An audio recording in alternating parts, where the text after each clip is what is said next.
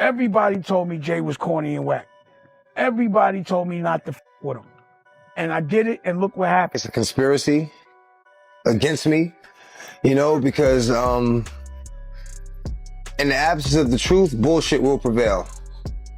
So as long as nobody out there spitting real, you know, you can come up with anything. How do you listen to a whole album, pick a single, shoot a video, then don't know?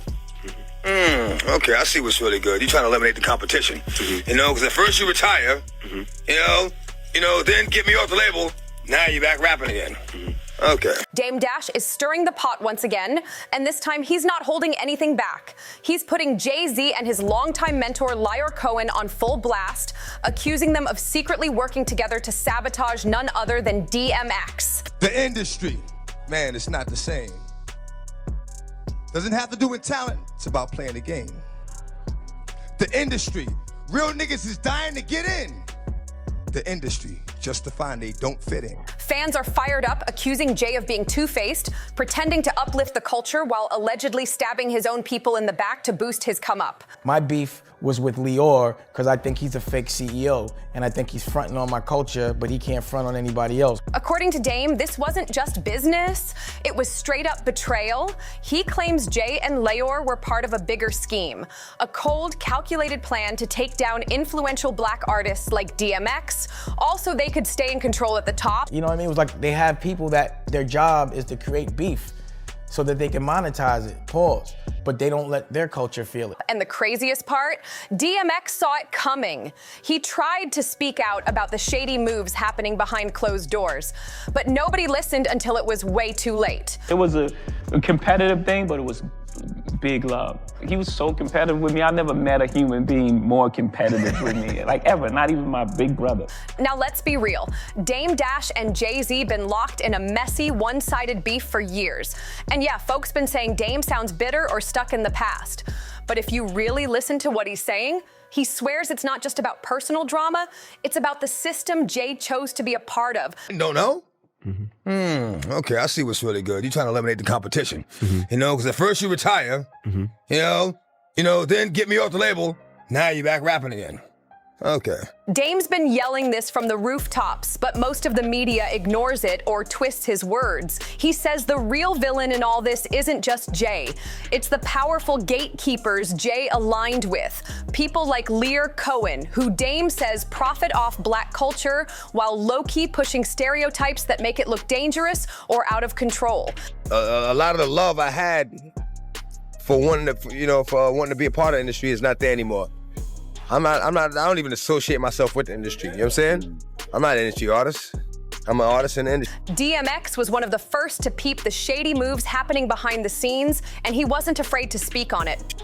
Incredible parents, 3 other brothers, and just a loving, happy family. My dad was the head of psychiatry for Kaiser Permanente, and my mother was just a housewife and raising children, and remarkable period of my life. Now, I've always assumed that you were born in Israel because you have a slight accent when you speak. Have you heard this before?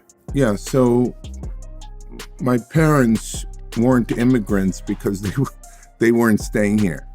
Okay. So my biological father was coming here just for his education. And my mother worked for the Israeli government. And so when I was born, I went straight back to Israel. Oh, so you stayed there for a while. I spent my first 3 years in Petach Tikva. Let's break it down.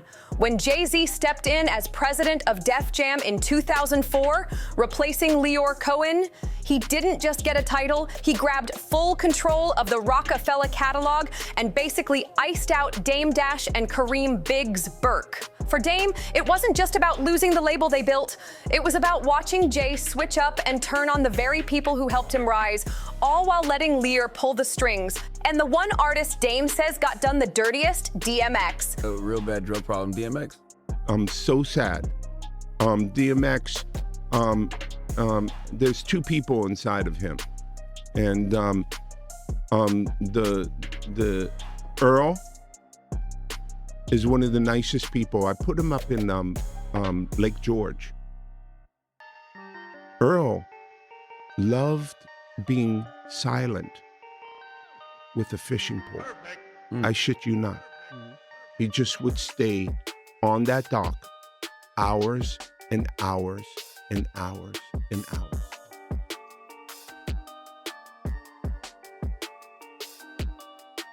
Yeah, very, very sad.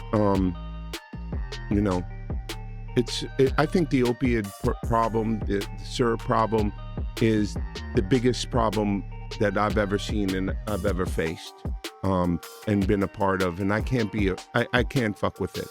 You know, the crack thing was devastating, but at least the rappers were bringing a spotlight to you becoming a fiend. Okay, and I thought that spotlight, head crack, helped, even though it was harsh and really really rough, particularly on women. But I think it helped change the course of the crack epidemic. I don't know what's this opioid thing, man. But being a crackhead wasn't cool back then. Being a crackhead wasn't cool. Now they seem like they're making it cool to be drinking lean and syrup and. It's the most dangerous. It's the most dangerous thing that's facing, our society. So why sign an artist that would promote that? Because I already answered that question. You weren't paying attention. She asked me talent or issues, and I said talent. But I have to. I can't give up on people. Don't you think that's hypocritical though? You're saying it's opportunistic. Yeah. I got people to feed. I got a business to run. You're gonna make Dame Dash take this clip and call you a culture vulture. Who's Dame? Now, Jay Z's never fessed up to any of this. He brushed it all off, claiming DMX was just ultra competitive. After DMX passed, Jay even went on LeBron James's show and tried to smooth things over, saying there was never any beef, just friendly competition, and that X had a strong passion for going head-to-head with anyone. But let's be real, DMX saw things way differently. According to him, Jay was the one who couldn't handle sharing the spotlight. DMX was already a legend by the time Jay took that Def Jam seat, 5 #1 albums, a global fan base, and raw talent that couldn't be ignored. Who's Dame Dash? You brought him up. I don't even know him. So you bring his name up. I don't even know him. So y'all made a lot of money together. Made a lot of money. Come on, don't do that to him. I don't know him. I really don't. So, But once Jay took over, DMX said the energy shifted. He told The Breakfast Club that Jay started blocking moves and stalling his career. Why? Because Jay had decided he wasn't retiring after all. And X believes Jay wanted to wipe out the competition before making his big comeback. But the tension between DMX and Jay Z ran deeper than just chart competition. It had everything to do with who Jay was really aligned with behind closed doors. Man, I was hearing too much police talk, and that's that. And I ain't feel like being bothered. So leave me the fuck alone and keep my name out your mouth. You no longer have beef with me, so leave me alone. See, DMX didn't just have issues with Jay, he had major problems with the big bosses pulling strings in the background, especially shady execs like Leor Cohen. DMX was never shy about calling them out, saying they had way too much control over the very artists they claimed to support. Meanwhile, Jay Z, he played the game differently, straight from day one. Instead of challenging the system, he linked up with the power players. In fact, he got so close to Leor Cohen that he straight up called him a mentor in his book, Decoded. Yeah. He wrote, Leor Cohen, who I consider my mentor, once told me something that he was told by a rabbi about the 8 degrees of giving in Judaism. The highest level of giving, the 8th, is giving in a way that makes the receiver self-sufficient. You've had a song on every album, a conversation with God. Yes. You've had... And a prayer. And a prayer. And I think you've had... Three conversations with the devil. Three conversations with the devil. Why with the devil? Well, to make a fair decision, I think you have to be aware of both sides. And I was approached, so of course I had a conversation. It doesn't mean I rode with him or believed him. I just was able to recognize him by what he said to me and what he offered me. I said, oh, now I know who you are. That's why I stopped talking to him. I've put out 7 albums, but he's only on 3. Now, hearing Jay and Leor talk about giving and helping others while being accused of stepping over people like DMX to level up, that just doesn't sit right. So who is Leor Cohen and why does his name keep popping up in hip-hop scandals? Well, for starters, he's not just some behind-the-scenes guy. Born in New York to Israeli immigrants, he's been calling shots in the music business for over 3 decades. He started off managing rap acts at Rush Productions, climbed the ladder at Def Jam, ended up running Warner Music Group, and later launched 300 Entertainment after dipping out in 2012. Lately, Leor Cohen's name has popped up again, this time as YouTube's global head of music. But instead of just leveling up, things started looking real shady. There's a growing theory out there that Leor might not just be a music exec. Some folks believe he could be connected to something bigger, like an intelligence agency plant using his influence to push specific agendas through hip-hop. Sounds wild? Maybe. But there's a reason people are raising eyebrows. For starters, Leor's been super sketchy about his past. He's been caught switching up details about his background, especially when it comes to his family and where he came from. During an interview on Vlad TV in October 2023, Leor first claimed his mom was just a regular housewife. But later in that same interview, he slipped up and admitted she actually worked for the Israeli government, and even pulled strings to get him a job at the National Bank of Israel. That's a major switch up. And let's not forget, Leor's always been surrounded by controversy. It's not hard to see why Dame Dash once called him a culture vulture.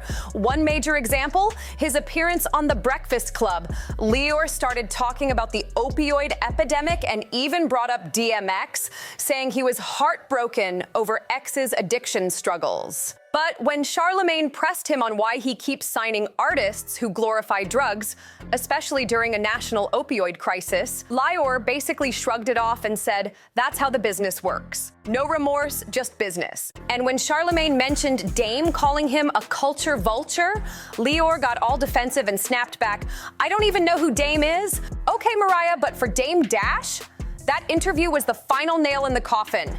It proved everything he'd been saying about Leor Cohen from the jump. Dame didn't hold back. He hit Instagram with a fiery post, writing, thanks for this Leor Cohen for proving my point. In true culture vulture form, they make money off of us and then try to erase our true history and act like the real ones never existed. He pays his bills at the expense of us. But what Dame revealed next? That's when things turned real creepy. He claims that right after he started publicly exposing Leor, the police came knocking. Yep, law enforcement suddenly got involved, which only made people more suspicious. It fueled those rumors that Leor might actually have ties to intelligence agencies. Now that's deep. And now we gotta talk about one of the most disrespectful moments involving Leor, what he did at DMX's own funeral. The memorial went down in Brooklyn on April 25th, 2021. But did Leor show his face? Nope. He sent in a video message, and what he said, straight up unbelievable. He claimed nobody was surprised that DMX allegedly overdosed, and then had the nerve to call X a gremlin who crashed into a wall. Like, seriously, and who says that at someone's memorial? The man literally recorded that message knowing it would be played at the funeral. It came off like he was mocking DMX's death. And this is the man Jay Z proudly calls his mentor? No wonder DMX wanted nothing to do with these industry folks. Unlike Jay, DMX never sold out. He was loud, honest, and fearless when it came to exposing how dirty the music business really was. He even said he got blackballed because he refused to bow down or accept those dinner invites from high-powered execs. And in his track, The Industry, DMX let it all out. He talked about how new artists walk in bright-eyed and full of hope, only to get chewed up and left with nothing. He even said the devil came to him more than once, and he knew it was the devil. It's because the offers always looked sweet on the surface, but came with some dark, twisted strings attached. Now let's bring it back to Dame Dash. Yeah, a lot of folks love to clown him for living in the past or constantly bringing up Jay Z, and sure, to some extent, that's understandable. But according to Dame, and plenty of insiders, the real issue isn't just him talking, It's that most artists are too shook to say anything at all when it comes to Jay. Soon as someone speaks up, the industry labels them as bitter, broke, or jealous. And that's exactly what happened to DMX. When he hit The Breakfast Club and spoke on how Jay allegedly blocked his album, people weren't trying to hear it. Instead of listening, they called him washed up and said Jay was just the smarter businessman. But look what's happening now. With X gone, folks are finally starting to admit he was telling the truth. Suddenly, people are ready to believe the stories he told years ago. And now, those same fans are rallying behind Dame Dash. Yeah, he might be petty sometimes, but at least he's not afraid to call people out by name. One fan even said, that's been the theme with Dame. Every time someone asks him about Jay and he answers, everyone jumps on him like, why is he still talking about Jay? Another person added, man, I miss DMX. He always kept it 100. Everything he warned us about is coming to light now, like a flood you can't stop. If he were alive, he'd be cooking these weirdos right now. Rest in power, X. So what do you think? Is Dame Dash doing too much, always dragging Jay Z? Or is it refreshing to finally hear someone in the game speak their truth with no filter? Drop your thoughts in the comments. I want to hear what you think. Don't forget to hit that like, subscribe, and share button to keep this conversation going. And turn on notifications so you never miss the real tea. Catch you in the next one.